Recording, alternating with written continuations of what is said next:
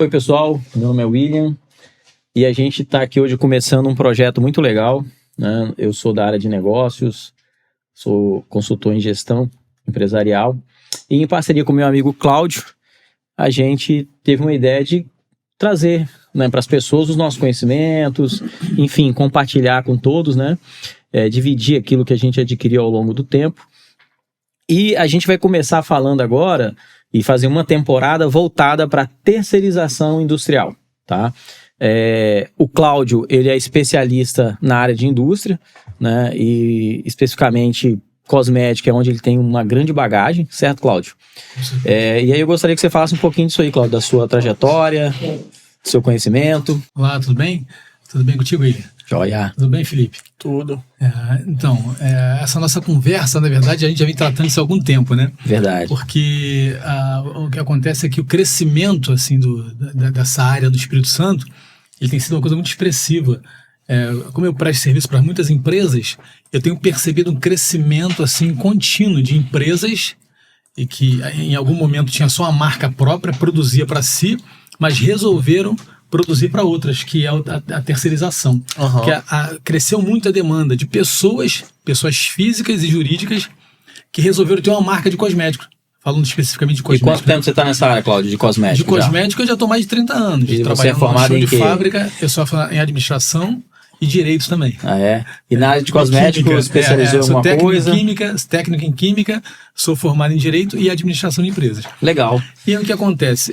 Aí, quando eu comecei a prestar esse serviço autônomo para algumas empresas, prestando consultoria, ajudando na melhoria de processo, comecei a entender como que esse mercado cresceu rápido aqui, de empresas que passaram a prestar o serviço de produzir para outras marcas, porque a demanda cresceu muito. Hoje todo mundo quer ter um negócio.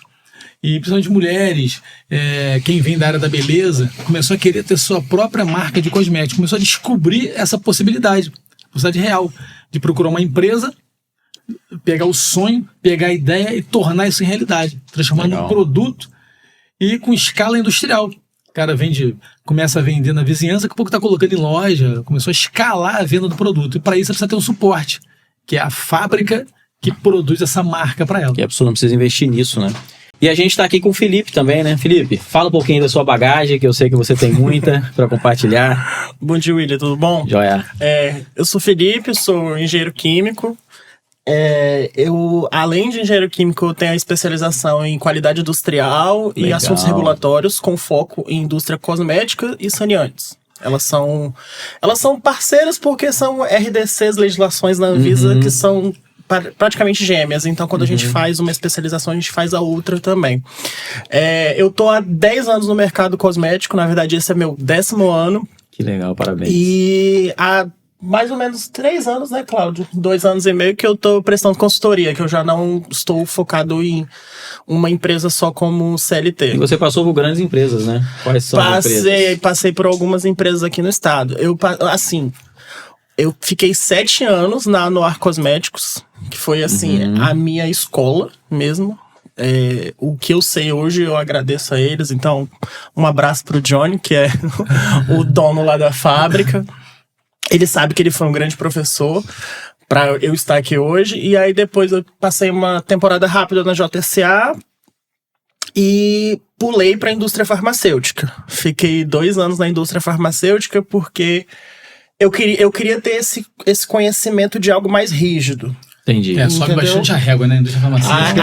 A exigência é maior, né? Regulatórios, a régua ali em cima. Isso. A régua da indústria farmacêutica, ela é muito mais alta. Então, quando eu voltei pro cosmético já com essa bagagem da farmacêutica, foi mais tranquilo para mim.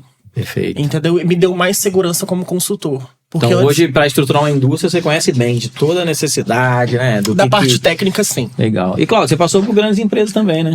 Venho desde o Rio de Janeiro, trabalhando em indústria cosmética. Aliás, foi o meu primeiro emprego, de fato, com 18, 19 anos, foi em indústria cosmética. Aí nunca mais saí. Aí passei por multinacionais, empresas nacionais no Rio, até que em 2010 eu vim trabalhar aqui no Espírito Santo, também convidado por um amigo para assumir a área de planejamento, programação PCP. Legal.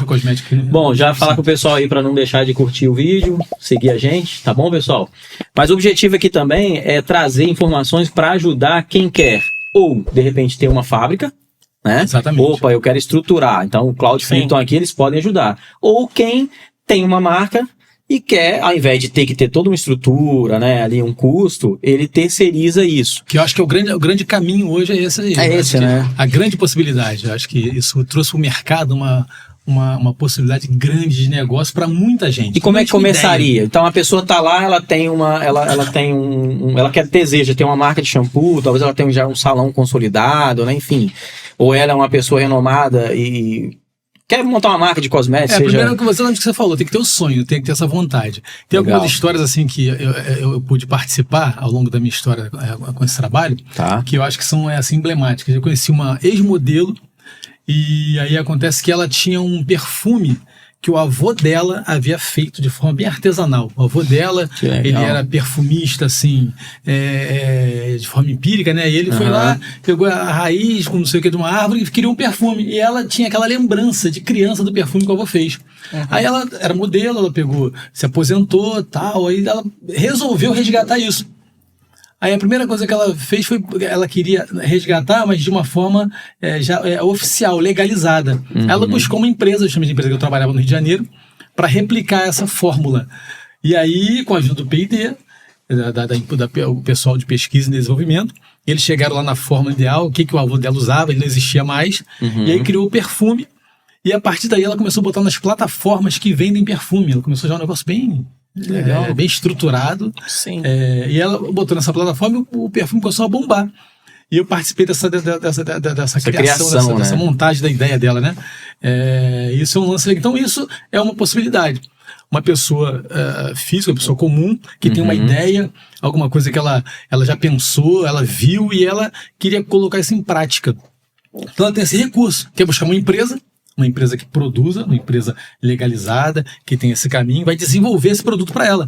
Vai pegar e se transformar em realidade. A primeira coisa vai ser a fórmula. Aí começa o pessoal do regulatórios, que vai notificar. Mas assim, para ele abrir essa fábrica, a primeira coisa que ele tem o que ele tem que pensar? Para perdão, não abrir a fábrica, mas produzir com uma fábrica, terceirizar. O que ele tem que pensar? É o que eu falei, primeiro tem a ideia. Ele leva essa Depois ideia e na fábrica ele vai dizer se é possível ou não replicar aquilo ali. Ó, isso aqui é possível, esse produto aqui se enquadra nesse grau, o filho vai ficar melhor. E Felipe, nesse grau. Então, quais são os cuidados então que ele tem que ter? Isso é um cosmético, né? isso é um dermocosmético. Não, isso aqui que você tá, a tua ideia é de um saneante. Aí lá ele vai descobrir isso. Ele começa agora, o negócio começa a tomar forma e ficar sério, né? Perfeito. Não, quando o cliente procura, quando ele já tem a ideia, né, Cláudio, e ele decide procurar uma fábrica de cosmético, é assim, 90% dos casos, eles não sabem nada. Eles têm o sonho, eles querem um produto e a fábrica realiza. Então, geralmente começa com a nossa reunião técnica, então essa equipe de pesquisa e desenvolvimento, equipe de regulatório, às vezes também, dependendo, vem a equipe de planejamento de produção, porque às vezes tem uma embalagem específica, uma caixa específica. Essa parte regulatória, acho muito importante você frisar, Felipe, que tem escolhas, às vezes, que não vão ser possíveis. Então, escolher uma coisa, isso aí não é permitido usar pela Anvisa, não, isso aí que você está querendo, isso aí causa dano, já foi proibido, não usa mais. Então, algum produto químico, né? Essa história, essa parte é fundamental, ele sentar com alguém que tem essa expertise para dizer para ele que esse químico, esse ativo não pode mais ser usado e que esse produto se enquadra no grau tal que o Felipe vai explicar. Então essa reunião é fundamental.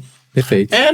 E outra coisa também, assim, nesses 10 anos de terceirização, eu acompanhando, aparece muito cliente querendo um tipo de produto que ele não chega nem tá no grau cosmético, ele tá no grau farmacêutico.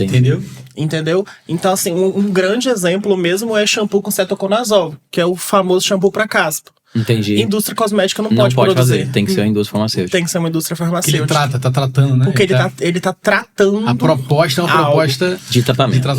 E aí, assim, aí a gente tem que sentar com esse cliente, explicar toda a parte técnica, explicar por legislações e tal, para que ele não pode fazer. Felipe, a nossa ideia, né, nos próximos episódios que a gente vai gravar, que a gente quer fazer uma temporada falando sobre isso, né? Perfeito. É justamente começar a detalhar cada ponto desse que ele tem atenção. Mas assim, ele chegou numa fábrica, lá o cara falou que fabrica. Mas aí ele pode chegar lá e fabricar, ele não tem uma preocupação com a fábrica, ok, que ele vai ter que passar por esse processo. Sim, mas e como é que ele sabe que a fábrica é uma boa fábrica, vai fazer com qualidade? Com certeza. Hoje aqui no estado a gente tem muita empresa São mais de voltada pra 150. São mais de 150, Felipe? Uhum. É muita empresa. Mas nem todas são voltadas para terceirizar. Algumas produzem a sua própria marca, né? Isso. Mas aquelas que são voltadas para terceirizar, aqui no estado tem um negócio legal, porque a flexibilidade é muito grande. Você tem empresa para todos os gostos e necessidades. Tem empresa pequena, que produz itens pequenos para cabelo. Tem empresas maiores que produzem grandes volumes, que aí elas geralmente são focadas mais em atender a outras empresas. Né? A empresa não tem capacidade, ela vendeu muito, mas ou seja, uma empresa grande vem e terceiriza. Esse cara só faz para grande. A produção dela para essa. Ele só faz para grande. Exatamente. Sim. Ou tem até alguém que tem uma marca que já tomou nome no mercado e ele não tem uma fábrica. Aí ele busca uma empresa que produza todo aquele volume dele. Então tem empresas aqui no estado, terceiristas. Nesse momento acho que a gente não deve nem falar o nome das empresas sem que elas permitam, né? Claro. Acho que é importante ter essa. Então a gente vai falar de forma genérica, né? Da Pontal a gente pode falar. Né? Então tem empresas aqui que produzem para grandes marcas, volumes. Então ela já começa com a régua lá em cima. Você chega na empresa e pergunta, quanto que eu vou produzir aqui? O mínimo são 10 mil, 15 mil. Aí já não se quadra nessa outra realidade que nós falamos aqui, daquele cara que teve aquele sonho. Mas para esse cara também existem várias empresas que atendem ele com a mesma qualidade, a mesma dedicação e abertura para falar do produto dele, como aquela que fala com as empresas. Consegue fazer 100 quilos. Legal. 100 quilos. Mas aí, Felipe, ele chegou lá na fábrica e aí ele... Não, faz pra mim o produto acabou? Quais são os cuidados? Não. Assim, aí começa a equipe técnica, principalmente o P&D nesse caso, senta com o cliente e faz um briefing, né? Tá. Então o cliente vai falar quais são os produtos, o cliente pode falar assim, quais são os ativos que ele acha interessante colocar na formulação, qual que ele não acha interessante também. Ele dá um caminho olfativo também para esse produto, até porque essência e o cheiro do cosmético acaba sendo um principal marketing de vendas, né? Tem muita gente que compra pelo cheiro. E é muito pessoal também, né? Porque às vezes, mesmo que você diga pro cliente que aquilo não é uma coisa vendável, ele tem uma relação com aquele aroma, com aquele cheiro, que ele quer aquilo. É sentimental, né? Sentimental. Mas assim, a minha pergunta tá muito focada em quê? Porque tem empresa... Nem toda terceirização é igual. Não. Tem as sérias, isso. Né? E tem as aventureiras. Então, assim, ele consegue discernir isso? Eu acho até que pela ou forma... Não. Entendeu, Felipe? Da apresentação, assim, até... Porque às vezes o escritório bonito, eu posso vir montar um escritório muito bonito e te vender uma imagem, chegar aqui, né, arrumadinho. Hoje, assim, mas eu posso dizer pra você que hoje aqui no estado, as empresas que eu conheço, assim, eu acho que são todas sérias.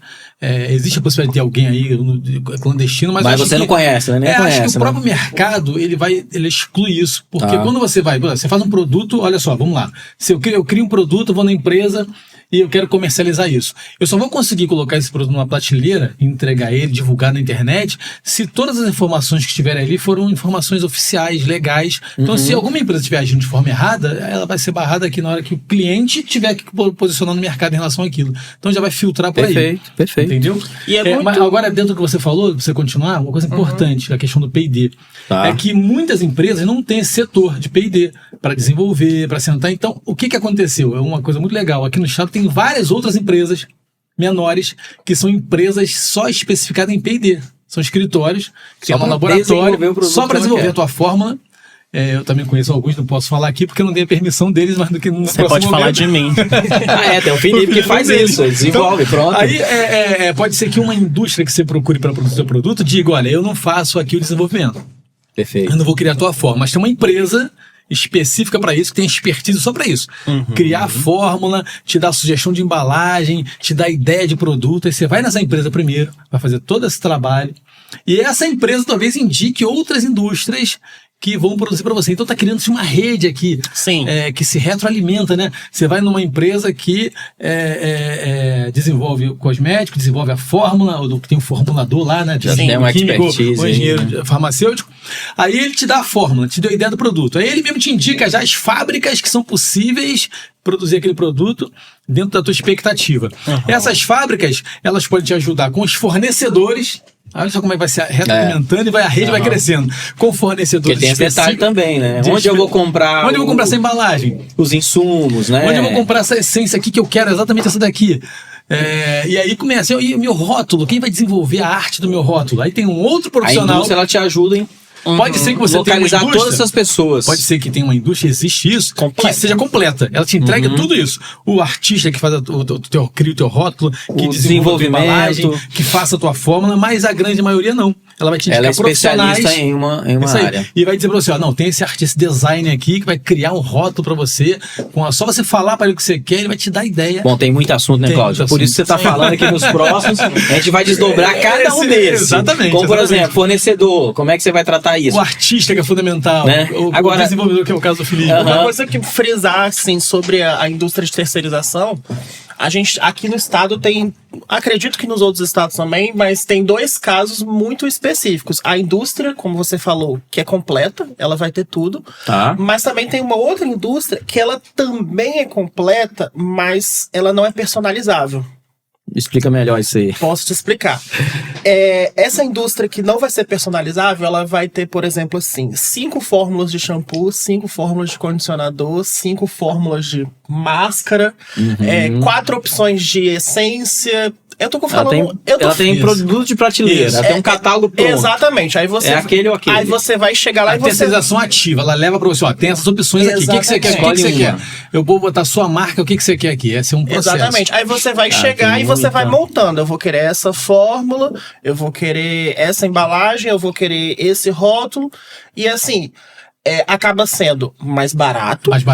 E mais rápido. Porque ele tem uma escala, né, maior. Ele já te leva uma proposta já de várias possibilidades. Tá aqui, várias possibilidades. Exatamente. E temos também a indústria que ela é completa e totalmente personalizável. Que seria a terceirização passiva. Você chega até ele, tem que dizer o que você quer. É você que diz o que quer e ponto. E ele pega e cria a partir da tua ideia, ele te dá os limites. Não, você pode chegar até aqui como cosmético capilar. Você pode ser até aqui como dermatológico. Passou daí, vai te dizer isso aí. Legal.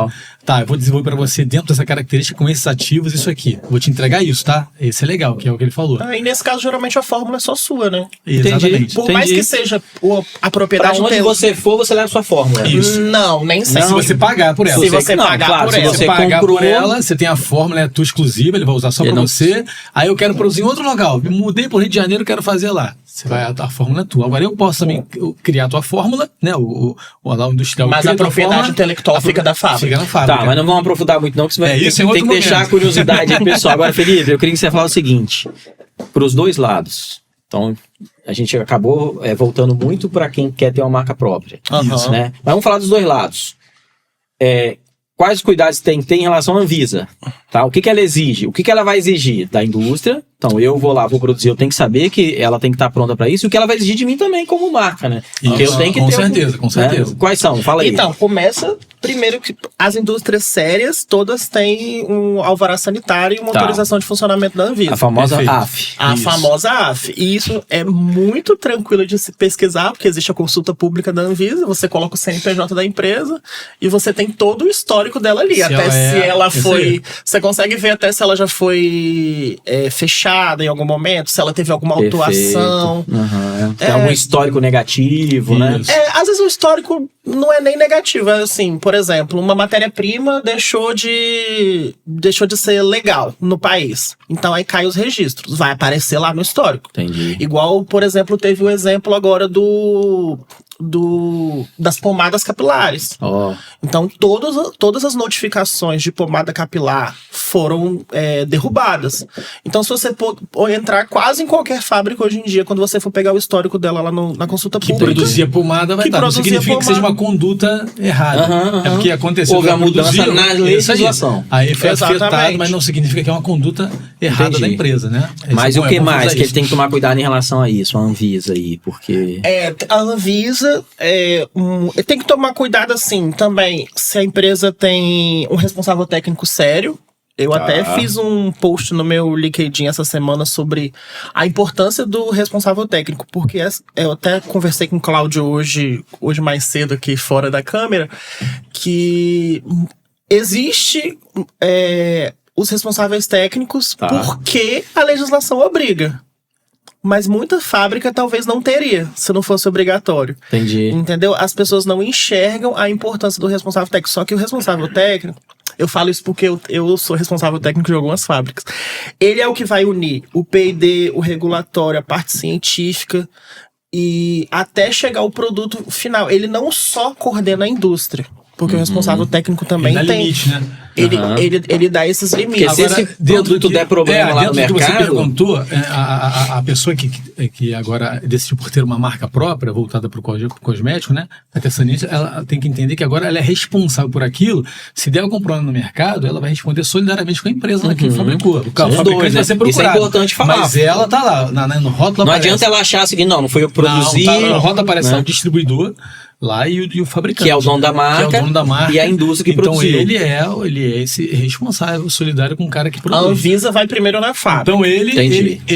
mas ele tem que se preocupar com o que ele está botando no mercado, porque pode acontecer, assim, como ele falou, né? O cara produz tudo certinho, tudo legal, aí ele está com um produto que venceu, mas ele agora está com estoque grande, que ele não conseguiu vender, ele continua vendendo aquilo, então a responsabilidade dele, porque a fábrica Exatamente. deixou claro lá Que a validade é até tal data. E ele sabe que ele não pode, a partir dali, já comercializar mais. Se ele continuar fazendo isso... Ou seja, você tem que conhecer a fundo a legislação. Ela precisa exatamente isso, ter essa noção de legislação. Agora, se der um outro problema, por exemplo, uma contaminação microbiológica...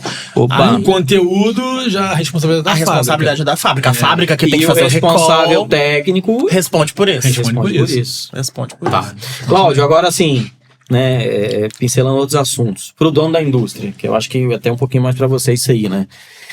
E você aí tá hoje, né, faz a gestão de uma indústria, que é a Pontal, né? Isso aí. Que é uma que faz terceirização, né? A Pontal tá aí disponível para produzir, para quem quiser, né, Cláudio? Exatamente. Tá, como é que a pessoa faz então para captar clientes, estruturar os processos? Fala um pouquinho de como é que funciona a fábrica, como terceirista aí, dando dica aí para quem hoje tem uma fábrica e precisa de alguma orientação, né? Porque inclusive você faz consultoria para algumas fábricas, exatamente. né? Hoje o mercado está muito disputado, como eu falei aqui no Espírito Santo, nós temos muitas empresas, né? Acredito que no Brasil todo deve estar crescente, mas aqui tem muitas empresas, até porque tem um incentivo fiscal, a gente depois pode tratar disso em outro momento, falar sobre isso, né? Então a disputa está muito grande. Então tem muitas empresas seguir nessa linha, até porque ter uma indústria não é uma coisa barata, ter uma fábrica, manter uma fábrica com tudo que se exige na legislação, todos os custos que existem, é uma coisa que, para se sustentar, ela tem que estar com uma demanda alta. Então, em muitos casos, só a marca própria não consegue sustentar essa demanda.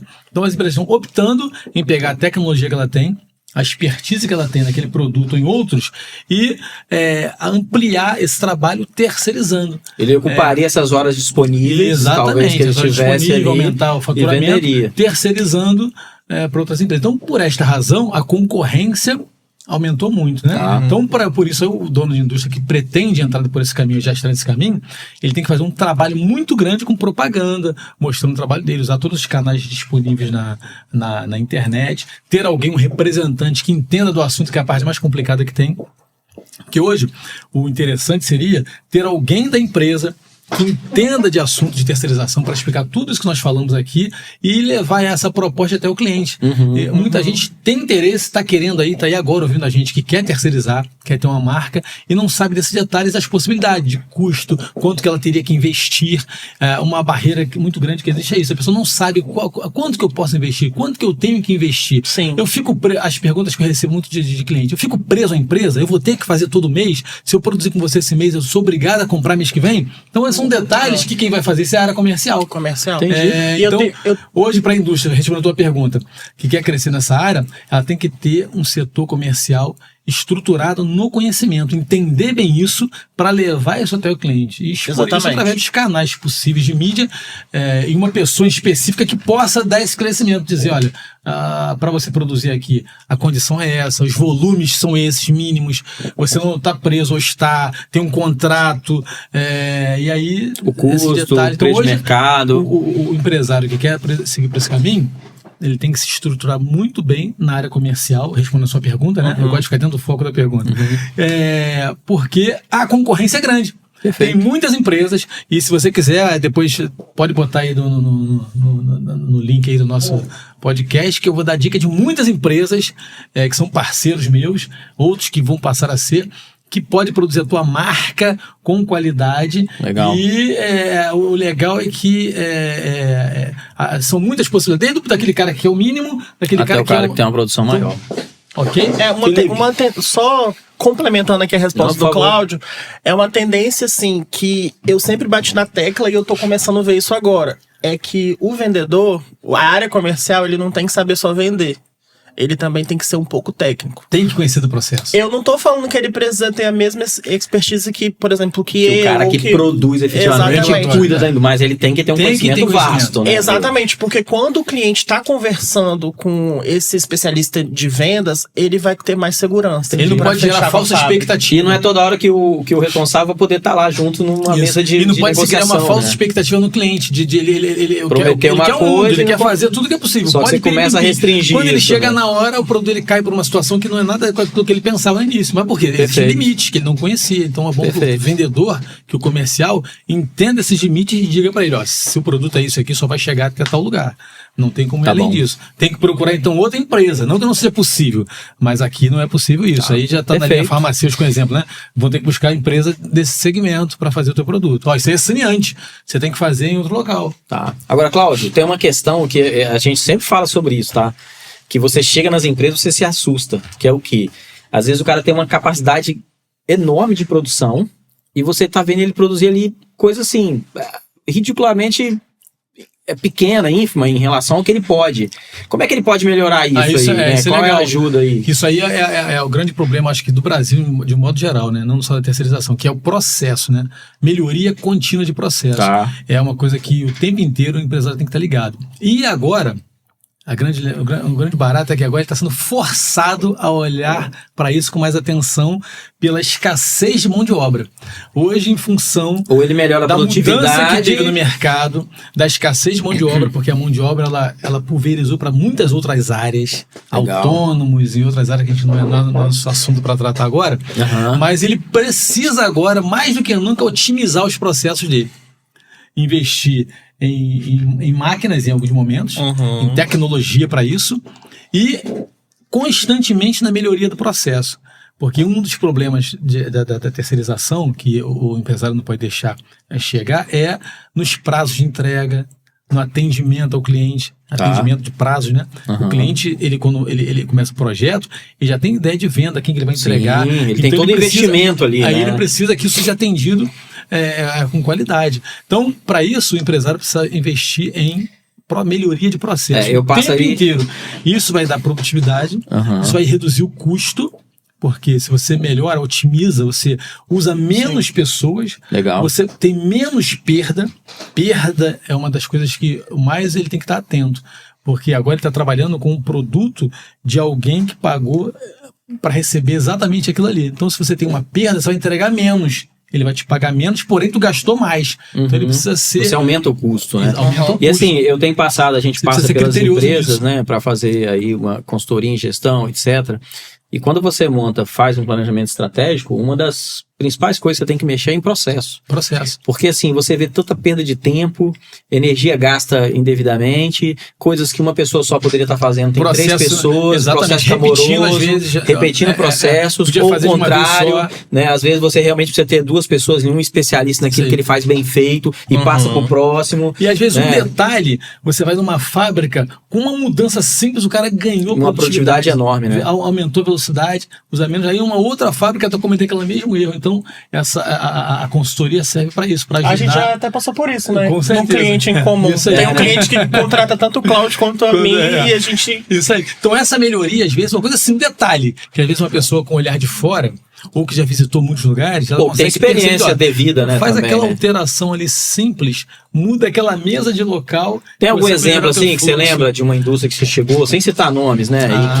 Tem vários. Mas tem algum rápido pra gente, que a gente tá com o tempo apertado. Tem um que é emblemático, que é o processo de gravação do lote de validade. Vou bem pra parte bem prática, né? Bem industrial. Perfeito. O processo de gravação de lote de validade era feito manualmente. Se perdia muito. Na Inkjet. Na Inkjet, né? A máquina que grava o lote de validade era feito manualmente. A pessoa tinha que ficar ali, a menina, pegando o produto e passando. Ela mesmo passava com a mão. Isso, porque a máquina tinha uma velocidade muito grande e não se conseguia aplicar isso na máquina. Aí depois que envasava todo o produto, que produzia tudo aquilo, ele vinha para a mão e ia passando. E aí quando tinha um erro, Porque na mão você não vai ter a qualidade de uma máquina que tem precisão. Aí na mão ela errava muito, ela tremia, Passava o tempo errado. Aí quando ia limpar, estragava o frasco. Aquela embalagem, que era uma embalagem pintada, e quando você passava o produto para poder tirar aquela, não conseguia, estragava a embalagem. Então a perda era muito grande nesse aspecto: perda de tempo, velocidade e ainda de produto, porque você não conseguia tirar aquele produto para botar em outra embalagem, nem pode. Aí perdia o produto inteiro. Aí eu chamei um técnico em mecânica e o cara da máquina. Regulou a máquina. Aí eles conseguiram pegar essa máquina de gravar, adaptar essa máquina. A esteira. Que é uma máquina rotativa. A rotativa. Um carrossel, né? Sim. Adaptar a gravação direto no produto. E aí você conseguir vazar e gravar ali. Isso é um ganho, assim, na época, um valor absurdo, assim, de ganho. Né? De ganho. Aí olha o que você ganha de produtividade, custo, né? Porque em dia você produzia uma quantidade, aquela mesma quantidade você reduz para 1, 2 dias. Fora a perda que chega a quase zero. Perfeito. Outra, para finalizar essa parte de perda... Você pode falar de rotulagem também, né? Que exatamente, rotulagem. As empresas que são pequenas têm muito problema com a perda do produto no momento do invase, nas mangueiras. As mangueiras ficam repletas. Se o produto for muito viscoso, você fica repleto de produto. Aquele produto todo que foi na mangueira, ele é perdido, você não consegue tirar. Se a mangueira tiver 2 metros, 1 metro, aqui você soma aquilo, dá 1 quilo, meio quilo. Aí se você tem 15 gramas... 15 gramas, quantos produtos você deixou de vender? Quantos você jogou fora? O custo que você aumentou. Exatamente. Aí eu descobri nessa busca, porque aquilo deixa você inquieto. Quem está no processo, entra no sangue, não percebe, vai perdendo e não faz o cálculo. Mas quem chega com um olhar crítico, com vontade de melhorar, observa aquilo incomoda. Eu comecei a buscar uma possibilidade de poder resolver isso. Aí descobri um equipamento, uma pistola sanitária, toda, como é que se diz, dentro das normas de boas práticas da Anvisa, né? Que você dá um tiro com uma peça também que depois é descartável, chama-se PIG, dentro da mangueira e você empurra isso e joga. Todo aquele produto era aproveitado, 100% aproveitado. Maravilha. E ainda limpava a mangueira depois. Maravilha. Era fácil limpar a mangueira. Então são detalhes, tá vendo, que você ganha. Exatamente. Produtividade, qualidade e reduz a sua perda, que é o grande barato para a indústria pequena. Perfeito. Não, e você consegue fazer um cálculo, porque, por exemplo, você recupera pelo menos uns 3 quilos de produto. Divide por... Agora, se você estiver invasando num frasco de 100 gramas, são quantas embalagens que você veio a mais? 100 gramas. Você estava perdendo. É isso aí. Bom, pessoal, nós estamos com tempo curto aqui, né? Eu acho que hoje foi muito interessante. Eu conversei aqui com o Cláudio Pires, advogado, administrador, químico, gestor de fábrica de cosméticos, consultor, e às vezes psicólogo. E psicólogo também, tá? Terapeuta. Meu, principalmente. Conversei aqui com o Felipe também, químico, né, Felipe? 2 pós-graduações, especializado aí, focado na área de cosmética atualmente, prestando consultoria no estado inteiro, né, Felipe? Viaja aí pra cima e pra baixo. E, pessoal, acompanha a gente, porque, assim, de novo, esse foi só o start, né, desse projeto, que é a gente focar aqui na terceirização. A gente vai falar de muitos outros negócios, mas, por enquanto, a gente começa nisso. E nos próximos a gente vai abordar, assim, com mais profundidade, cada um desses pontos. Então, o Cláudio e o Felipe vão continuar vindo aqui para falar disso. Talvez se tiver, até né? Quem tá ouvindo a gente, vendo aí, quiser dar sugestões de tema, né? Voltado para essa área, que ficou com dúvidas. Perfeito, manda as perguntas, né, Cláudio? Dicas também, dicas. A gente responde de melhoria. A gente no próximo já traz aí o assunto, isso aí. Bota em pauta. E aí a gente vai falar disso tudo, né? Os próximos temas, por exemplo, vamos falar de quanto custa criar uma marca, como escolher a indústria certa, a gente vai abordar com mais detalhes, né? Erros que muitas vezes a gente viu por aí e a gente vai trazer do mercado, que a pessoa começou empolgada, tinha tudo para dar certo, mas acabou não dando, quebrou, né? Como você vai vender seu serviço para a indústria, margem, vamos falar um pouquinho disso também, que é importante, até porque a gente tem que ganhar dinheiro, né? Você tem que ter lucros, né? Todo negócio tem que dar lucro. E claro, aprofundar mais também na Anvisa, falar da RDC, famosa RDC 48. Famosa. Alguns detalhes aí que, né, eu acho que a consideração é essa, a gente está à disposição. Cláudio, Felipe, vocês ficam à vontade para fazer uma consideração e a gente finalizar. Eu acho que o primeiro encontro foi muito legal. Mas vocês perceberam que o assunto é muito amplo. Muito vasto. Vai dar uma temporada aí, boa. Muitos episódios. A ideia são 10 episódios só disso. É isso aí. Só de cosmético. Só de cosmético e principalmente terceirização. Terceirização, né? Perfeito. Para poder a gente, nesse primeiro momento, atender essa demanda de necessidade que o mercado capixaba tem, né? Não só Perfeito. capixaba, né? Não, tomara que a gente Nacional, consiga Nacional. atingir o desejo nacional de... O Brasil hoje é o maior produtor de cosmético do mundo. Olha que legal. Então, Perfeito. Que legal. então, assim, a gente atende terceirizações não só internas, né? A gente faz muita Oriente Médio, Europa. É um bom assunto também, tratar de regulatórios para exportação. Perfeito. Felipe, inclusive, comentou comigo essa semana, né, Isso Felipe? aí, tem que pessoas hoje especializadas tem gente nisso aí. querendo exportar, né? E Isso. você tem que ter, atender aquela legislação. Para onde eu estou exportando, Exatamente. A né? gente pode buscar alguém no mercado aí, depois a gente conversar, que trate disso aí e venha conversar com a gente. Perfeito. Mais alguma coisa, alguma consideração? Da minha parte, Não, foi muito bom. eu faço das palavras do Cláudio as minhas palavras. Show. Pessoal, obrigado. Compartilha esse vídeo, curte ele, segue a gente, tá bom? Pra gente poder aí trazer outros conteúdos para você e isso chegar, né, às pessoas que querem e precisam dessas informações. Obrigado, um abraço a todos. Valeu. Obrigado, gente. Obrigado.